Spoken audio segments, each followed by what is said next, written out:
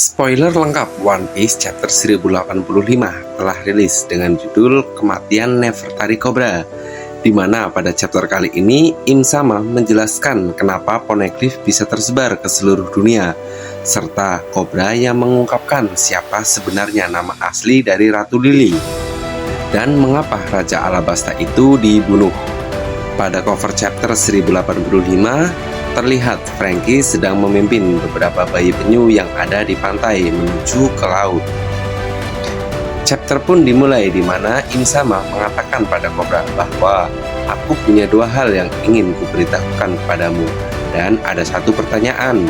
Cobra yang mendengar Im Sama berbicara seperti itu, dia pun sangat terkejut. Cobra bahkan berpikir jika apa yang ia lihat di hadapannya itu sungguh tidak masuk akal. Itu dikarenakan Im Sama seolah-olah berbicara seperti orang ketiga dan memanggil dirinya sendiri menggunakan sebutan mu dan bukan imu. Cobra pun dengan perlahan mengatakan bahwa imu, aku tahu nama itu.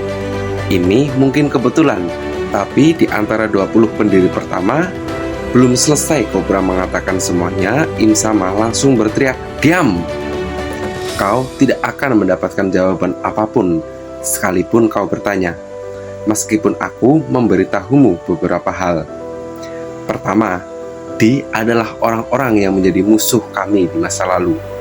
Walaupun kalian para keturunan Di baru-baru ini tidak tahu apa arti dari nama mereka sendiri.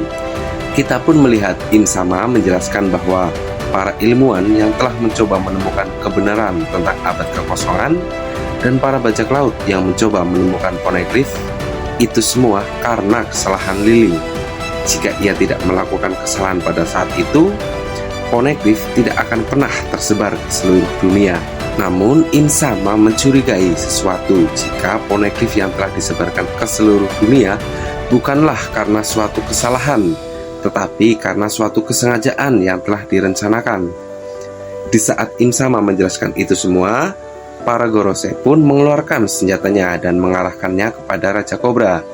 Melihat hal tersebut, Cobra pun semakin terkejut dan berpikir dalam hati jika ia tidak akan bisa kabur hidup-hidup dari ruangan itu. Kemudian Im Sama kembali mengatakan bahwa ia yakin jika jawaban dari semua masalah di masa lalu, jawabannya ada pada surat yang ditinggalkan oleh Lily. Lalu Im Sama bertanya pada Cobra, kau memanggilnya ratu dari keluarga Nefertari, tapi siapa sebenarnya nama pengirim yang tertulis pada surat itu? Cobra lalu mengatakan bagaimana dengan nasibnya jika setelah menjawab pertanyaan itu. Salah satu dari Gorosei mengatakan jika nasib Cobra diputuskan ketika ia melihat wujud Im Sama.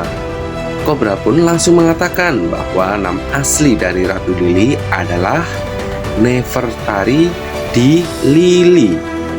Saat Im Sama mendengar kata Di dari nama Lily, panah bayangan yang berwarna hitam muncul dan langsung menusuk perut Cobra. Namun menurut spoiler kali ini, panah tersebut bukan berasal dari Im Sama ya minasan. Sabo yang telah bersembunyi di balik pilar bangunan muncul dan langsung menyerang menggunakan api tepat ke arah Im Sama. Namun tiba-tiba Im Sama berubah menjadi makhluk besar dengan mulut yang juga besar dan bergerigi tajam.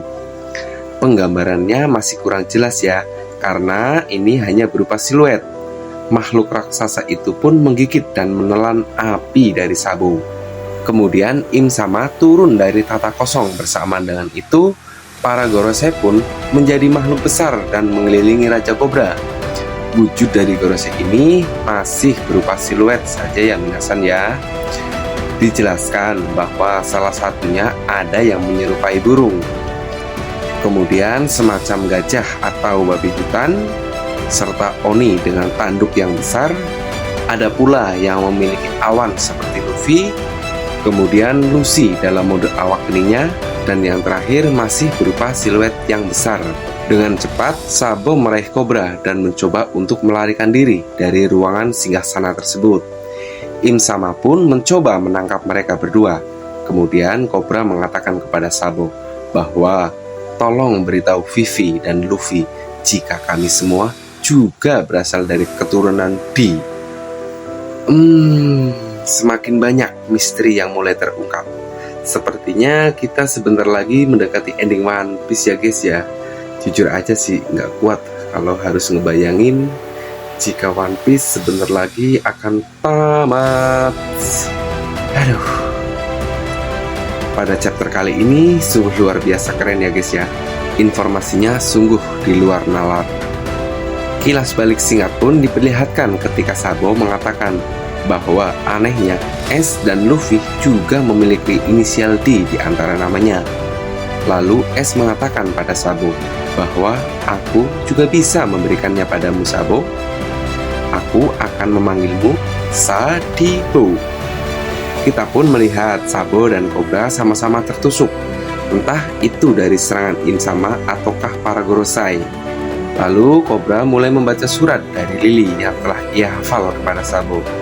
Dan isi surat tersebut ialah lindungilah Poneglyph dan kibarkan bendera Fajar ke dunia.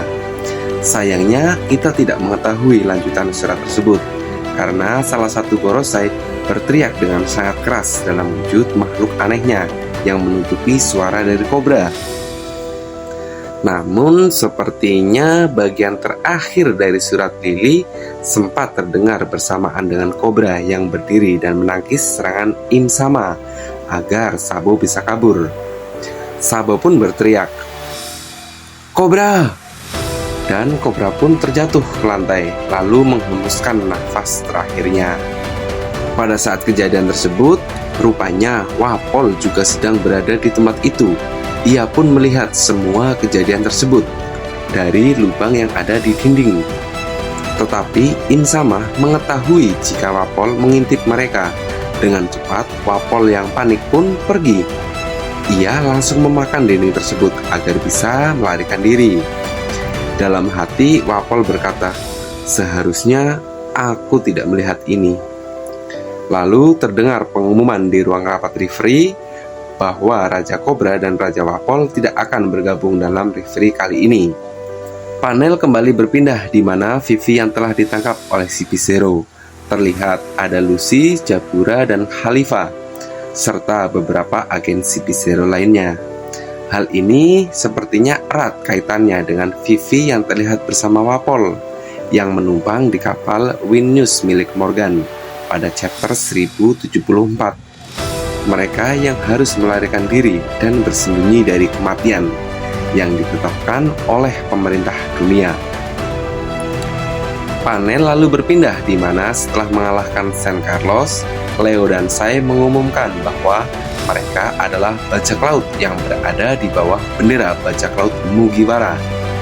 Di sisi lain, Fujitora tampak membiarkan para budak kabur begitu saja. Namun, Green Bull meneriaki Fujitora karena dia tidak peduli dengan para budak yang melarikan diri. Tiba-tiba, Wapol masuk ke ruangan di mana Vivi dan para CP0 berada.